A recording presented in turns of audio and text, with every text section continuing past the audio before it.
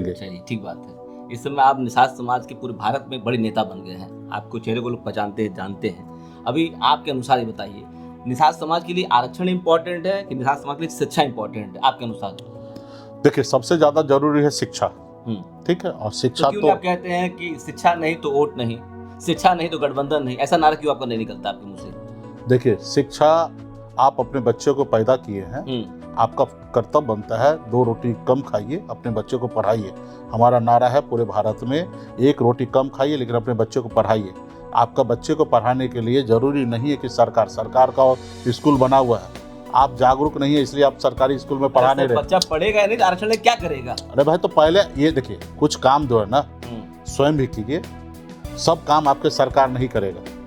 सरकार है आपके बच्चे के लिए, आपके भविष्य के लिए पॉलिसी बनाने के लिए है। एक मिनट, आपके घर में खाना बनाने के लिए सरकार नहीं बनता है। सरकार जो होता है वो आपकी पॉलिसी बनाता है और आपके घर में खाना चावल पहुंचे इसके लिए सरकार काम करता है। ठीक है, घर पे रसोईया पहुंचे इसके लिए काम नहीं करेगा। ठीक है, क्योंकि वो सरकार जो पॉलिसी बनाता है, जो घर पे खाना राशन भेजता है, वो आप ही का पैसा होता है। मैं यही यूपी का रहने वाला हूँ और आप बिहार के रहने वाले, देखता रहता हूँ और देखा हूँ यूपी में बड़े मंत्री हैं। 2017 में निषाद आरक्षण के नाम पे निषाद समाज से वोट मांगे, निषाद समाज के लोगों ने उनको वोट दिया। फिर 2022 आया, फिर क्या हमको वोट दे दीजिए, चुनाव के समय सरकार बनाइए, अधिकार पाइए। फिर 24 मांगे हैं, फिर 27 आ गया है, फिर वो काम कर रहे हैं। तो निषाद समाज के लोग कब तक बेवकूफ बनते रहेंगे? कहीं आप बिहार से आकर के यूपी में निषाद बेवकूफ बनाने प्रयास नहीं कर रहे? निषाद आरक्षण के नाम पर भी यही काम आप भी नहीं करने जा रहे? देखिए, नमस्कार दोस्तों, हमारे फेसबुक पेज हम सब की बात में आप सब लोग का स्वागत है। आप देखते होंगे पूरे भारत में घूमता रहता हूँ, निषाद समाज के लोगों से मिलता हूँ, उनकी बातें रिकॉर्ड करता आपको सुनाता हूँ। आपको अच्छा लगता है, आप लाइक कमेंट और शेयर करते हैं। इस समय उत्तर प्रदेश के जिला गोरखपुर में हूँ। मेरे साथ में वीआईपी पार्टी के अध्यक्ष मुकेश साहनी जी हैं। इनसे मिलते हैं, बात करते हैं। पूरा वीडियो पक्का आपको अच्छा लगेगा। सर जी, हमारा फेसबुक पेज है और यूट्यूब चैनल, आपने वीडियो रिकॉर्ड परमिशन दिया, उसके तहे दिल से धन्यवाद।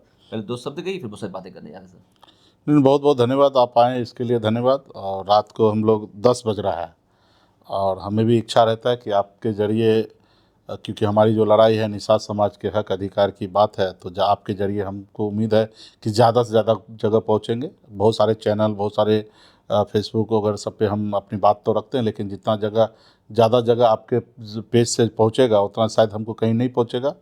तो बहुत बहुत धन्यवाद आपको भी, आप आए हैं इसके लिए। उत्तर प्रदेश में और बिहार में निषाद समाज के बहुत सारे नेता हैं और आजकल मेनली निषाद नेताओं का मुद्दा हो गया है निषाद आरक्षण। ये सही बताइएगा, क्या निषाद समाज के लोग जो है निषाद आरक्षण के नाम पे हमेशा वोट देते रहेंगे और निषाद को भुनाते रहेंगे? क्या उसी रास्ते पर आप भी चल रहे हैं?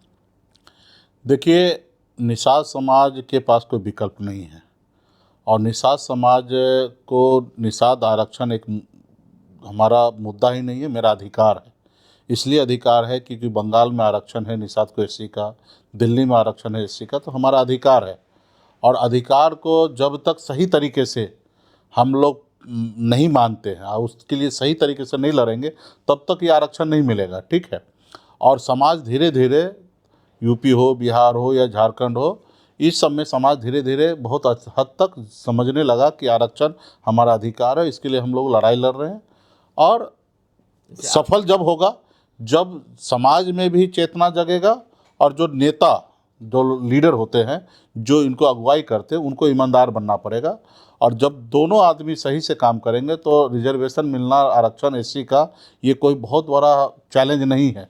भारतीय जनता पार्टी आरक्षण देता है, सिर्फ लेने वाला आदमी चाहिए। जैसे ईडब्ल्यूएस के नाम से उनको आरक्षण मिला। रुको 1 मिनट के लिए, मैं यही यूपी का रहने वाला हूँ और आप बिहार के रहने वाले, देखता रहता हूँ और देखा हूँ यूपी में बड़े मंत्री हैं। 2017 में निषाद आरक्षण के नाम पे निषाद समाज से वोट मांगे, निषाद समाज के लोगों ने उनको वोट दिया।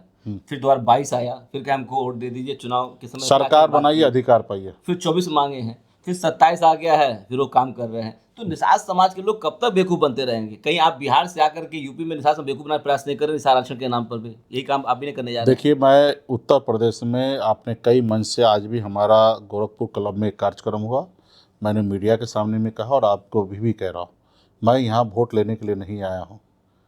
वोट मुद्दा तो आरक्षण आपका भी तो है, उनका भी मुद्दा है, आपका ही मुद्दा वही सवाल है कि देखिए, हम देने के लिए आए, लेने के लिए नहीं आए।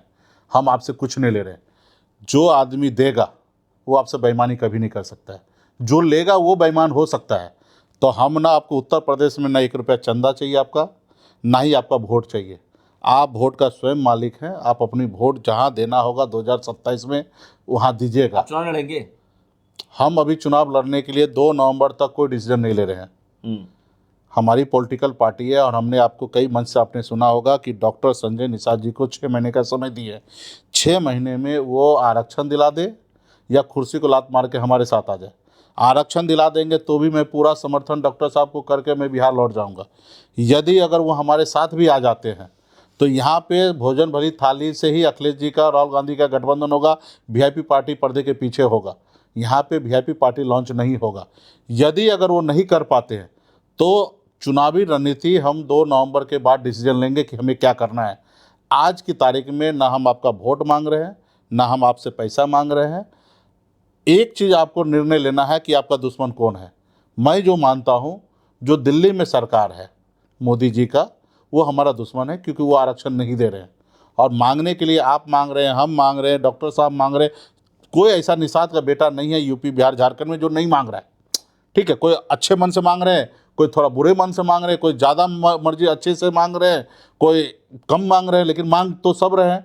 और उनके मांगने का तरीका अलग, आपका मांगने का तरीका अलग। हाँ। लेकिन हम बता दें, उसी बात करते हैं। वो कहते हैं जब देश आज़ाद हुआ था, देखिए, संविधान बना हुआ था, हमको उसमें उनके 66 जातियों को मेरे जो है को उनके बताया गया था। देखिए, 53 नंबर मछुआर अंकित किया गया है, तो मछुआर नाम से आरक्षण मांग रहे हैं। आप किस नाम से आरक्षण मांग रहे हैं?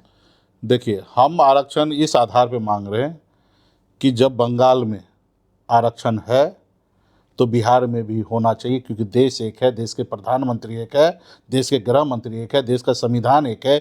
जब बंगाल से कटकर बिहार बना है, जब बंगाल में एससी का आरक्षण है तो बिहार में भी मिलना चाहिए। जब दिल्ली में आरक्षण है एससी का, उस आधार पे उत्तर प्रदेश में मिलना चाहिए। ये सरकार का काम है कि किस तरीके से देना है। ये सरकार को हमको बताने की ज़रूरी नहीं है। सरकार के पास बहुत सारा आईएएस आईपीएस ऑफिसर सब होते हैं, पॉलिसी बनाने वाले लोग हैं। उनको देखना है कि संविधान में जो हमको चीज़ मिला है वो कैसे हमारे घर तक पहुँचे। ये सरकार के ऊपर हम छोड़ देते हैं। हमको इस समाज को आगे बढ़ाने के लिए एससी का आरक्षण चाहिए, और ये हमारे समाज का अधिकार है, जो हमारे समाज को कुछ जगह मिल भी रहा है। रहा कि ये लेने के लिए आपको एक अच्छी तरीके से संगठित होना पड़ेगा। सरकार हमेशा समाज को गुमराह किया है, कुछ समाज के नेता भी समाज को गुमराह किया है कि हम आपको आरक्षण दिला देंगे। उनसे आरक्षण नहीं हो रहा है, उनके तो सरकार में ही कोई पावर नहीं है, तो आरक्षण क्या दिला देगा। जो आदमी राज्य में मंत्री हो और मन से रोए कि मेरा बहू बेटी के साथ बलात्कार हो रहा है, हमारे लोगों को झूठे मुकदमे में फंसाया जा रहा है, हमारे वोट चोरी कर रहा है, तो वो आदमी आपके लिए क्या लड़ेगा। आज जो व्यक्ति आज कह रहा है कि हमारा जो भी हमारा विधायक है वो हमारा सुन नहीं रहा, भाजपा के गोद में जाके बैठा है, हमारे कार्यक्रम में वो विधायक नहीं आ रहा, हम आगे अपने समाज के मुंह क्या दिखाएंगे। अरे भाई, आपकी नीति ही गलत है, पॉलिसी गलत है। आपका अपना बेटा भाजपा में है, आप दूसरे से क्या बात कर रहे हैं। और ये आज आपको पता चल रहा है, ये 4 साल पहले जिस रोज जीता उसी रोज जो भाजपा का आदमी है, था और है और आगे भी रहने वाला है। ये तो आपने गलत तरीके से गलत लोगों को टिकट दे दिया। मेरे साथ भी ये गलती हुआ, हमारे भी लोग जीत के आए और भाग गए बीजेपी में। ठीक है, तो ये आज इनके पास, हाँ, हम भागे हुए इसलिए भाग गया। अगर हम मोदी जी योगी जी जिंदाबाद करते तो नहीं भागता। आज 2000 आप भी जानते, 2022 में बिहार में हम मंत्री थे एनडीए में, और एनडीए में रहकर हम उत्तर प्रदेश में आरक्षण के लिए हम लड़ाई लड़ गए। और बात हमने पहला नारा दिया था उत्तर प्रदेश में पार्टी लॉन्च, जिसमें 2 जुलाई को पार्टी जब हम लॉन्च किए थे 2021 में, एक नारा मेरा था, आरक्षण नहीं तो गठबंधन नहीं, और गठबंधन नहीं तो वोट नहीं। फ्रंट पेज पे पूरे उत्तर प्रदेश के 7 अखबार में फ्रंट पेज पे ये विज्ञापन आया। उस पॉलिसी के तहत हम आने वाले समय में 22 में चुनाव लड़े, 55 जगह चुनाव लड़े। हमने हर मंच से हमने एक ही नारा दिया था कि सपा हो बसपा हो, जिनको वोट देना उनको दे दीजिए। जहाँ वीआईपी लड़ रहा है वहाँ वीआईपी को दीजिए, जहाँ वीआईपी नहीं लड़ रहा है वहाँ सपा बसपा जिसको वोट देना दीजिए, लेकिन बीजेपी को नहीं दीजिए। और ये नारा के तहत हमने लड़ा, और जिसके कारण हमारा मंत्रिमंडल तक छीन लिया भाजपा ने। तो आज भी हम संघर्ष कर रहे हैं। आज भी उत्तर प्रदेश में हम वोट नहीं मांग रहे, एक आंदोलन हम खड़ा कर रहे हैं। इस आंदोलन में समाज के सभी लोग हाथ में गंगा जल लेकर संकल्पित होना पड़ेगा कि हर हाल में अगर 2027 में मोदी योगी जी आरक्षण नहीं देगा तो उनको हम वोट नहीं देंगे। चलिए, ठीक बात है। इस समय आप निषाद समाज के पूरे भारत में बड़े नेता बन गए हैं, आपको चेहरे को लोग पहचानते हैं, जानते हैं।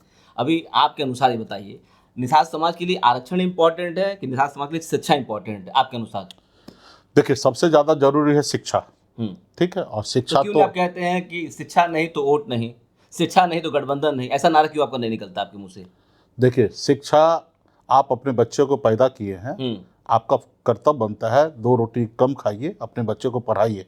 हमारा नारा है पूरे भारत में, 1 रोटी कम खाइए लेकिन अपने बच्चे को पढ़ाइए। आपका बच्चे को पढ़ाने के लिए ज़रूरी नहीं है कि सरकार का स्कूल बना हुआ है, आप जागरूक नहीं है इसलिए आप सरकारी स्कूल में पढ़ा नहीं सर, रहे। बच्चा पढ़ेगा या नहीं, आरक्षण लेके क्या करेगा? अरे भाई, तो पहले ये देखिए, कुछ काम जो है ना स्वयं भी कीजिए। सब काम आपके सरकार नहीं करेगा। सरकार है आपके बच्चे के लिए, आपके भविष्य के लिए पॉलिसी बनाने के लिए है। नहीं, शिक्षा बताने एक के लिए मिनट, देते हैं आपके घर में खाना बनाने के लिए सरकार नहीं बनता है। सरकार जो होता है वो आपकी पॉलिसी बनाता है और आपके घर में खाना चावल पहुंचे इसके लिए सरकार काम करता है, ठीक है। घर पे रसोईया पहुंचे इसके लिए काम नहीं करेगा, ठीक है। क्योंकि वो सरकार जो पॉलिसी बनाता है, जो घर पे खाना राशन भेजता है, वो आप ही का पैसा होता है। आप ही से पैसा लेता है, अमीर से पैसा लेता है, गरीब में बांटा जाता है। तो सरकार का जो काम है वो काम उनको कहिए करने के लिए। सरकार ने आपके स्कूल खोल दिया है, हॉस्पिटल खोल दिया है, आप जागरूक हैं तो वहाँ पे अच्छे से इलाज करवा पाएंगे, अच्छे से बच्चे को पढ़ा पाएंगे। लेकिन कुछ काम आप कितना भी जागरूक हो जाए, जब तक आरक्षण का पॉलिसी सरकार नहीं बना के देगा तब तक आपको उसका लाभ नहीं मिलेगा। आज आपके समाज पढ़ लिख के रोड पर बवा रहा है, ऐसा नहीं कि समाज अभी मूर्ख रह गया है। समाज आज यूपी बिहार झारखंड में घूमिए, अच्छे से अच्छे ग्रेजुएशन करके अच्छे अच्छे मास्टर डिग्री लेके रोड पे घूम रहा है। निश्चित तौर पे हमारा लाइन है पूरे भारत में कि 1 रोटी कम खाओ लेकिन अपने बच्चे को पढ़ाओ लिखाओ, शिक्षित करो, कामयाब बनाओ, ताकि वो अपने सर उठा के देश दुनिया में अपने रोजी रोजगार करके अच्छे से जी सके। ये एक अलग काम है। उसके साथ साथ आपको रिजर्वेशन से आपको लाभ ये मिलेगा कि आपके कम थोड़ा नंबर आएगा तो भी आप उसके तहत आगे बढ़ जाओगे, क्योंकि निषाद परिवार गरीब है, ये अपने बच्चे को अच्छे से ट्यूशन नहीं दिला पाते, अच्छे से किताब नहीं खरीद के देंगे, कई अलग अलग जगह पे उसको हॉस्टल में रख के पढ़ाई नहीं करवा पाएंगे। एक सीमित पढ़ाई करेंगे, इसके लिए उसका सीमित नंबर आएगा, और सीमित नंबर आएगा तो ऐसे जगह पे रिजर्वेशन आपको काम आएगा कि थोड़ा कम नंबर भी रहेगा तो आपको आरक्षण नौकरी मिल जाएगा। उसके अलावा आपके सामाजिक स्तर पे लोग मारता है पीटता है, आपकी ज़मीन कब्जा कर लेता है, ऐसे जगह पे आपको एक एक्ट के तहत आप वहाँ पे जाके उसके ऊपर केस कीजिएगा तो वो आपसे डरेगा। तो कुछ चीज़ें को लेके करना निश्चित तौर पे समाज में आप हम का भी एक दायित्व बनता है कि समाज को पढ़ने लिखने के लिए जागरूक करना, और वो हम लोग कर भी रहे। उसके साथ साथ कुछ काम जो होता है ना वो आपको स्वयं करना है। तो अभी हमारा जो मुद्दा है ना रिजर्वेशन वाला, और रहा कि पढ़ाने लिखाने का, हम भी अपने बच्चों को पढ़ा रहे हैं, आप भी पढ़ाइए। आपके माध्यम से जो लोग देख रहे हैं वो सबको पढ़ने लिखने की आवश्यकता है, सब लोग पढ़े लिखे आगे बढ़े। एक अंतिम सवाल पूछूंगा, आप उत्तर प्रदेश में आ रहे, 2027 चुनाव आ रहा है, देखा ये जा रहा है कि आपको हर जगह रोका जा रहा है, इसके पीछे किसका कारण है? कौन पीछे इसके पीछे पड़ा हुआ, आपको क्यों रोका जा रहा है? नाम इसके बताएंगे पीछे आप? सरकार है हाँ और कोई नहीं है। किसी का औकात नहीं है कि मुकेश सहनी को रोके और रुकवा दे, हाँ इतने उनकी हैसियत नहीं है। सरकार है हाँ। और सरकार को डर पैस चुका है। किसको डर लगा? वो सरकार को? सरकार को देखिए, कि आपको सरकार पता गिरा देंगे आप? नहीं, सरकार को पता है कि निषाद समाज को हम वोट यूं ही ले रहे हैं हाँ। गुमराह करके। शायद इस बार ये वोट जो सरकार है, को पता कि मंत्री को पता है?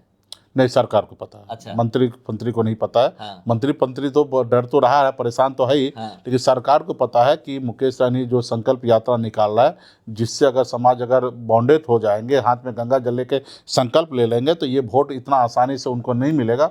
इसलिए वो भयभीत है और इसलिए वो रोक रहा है।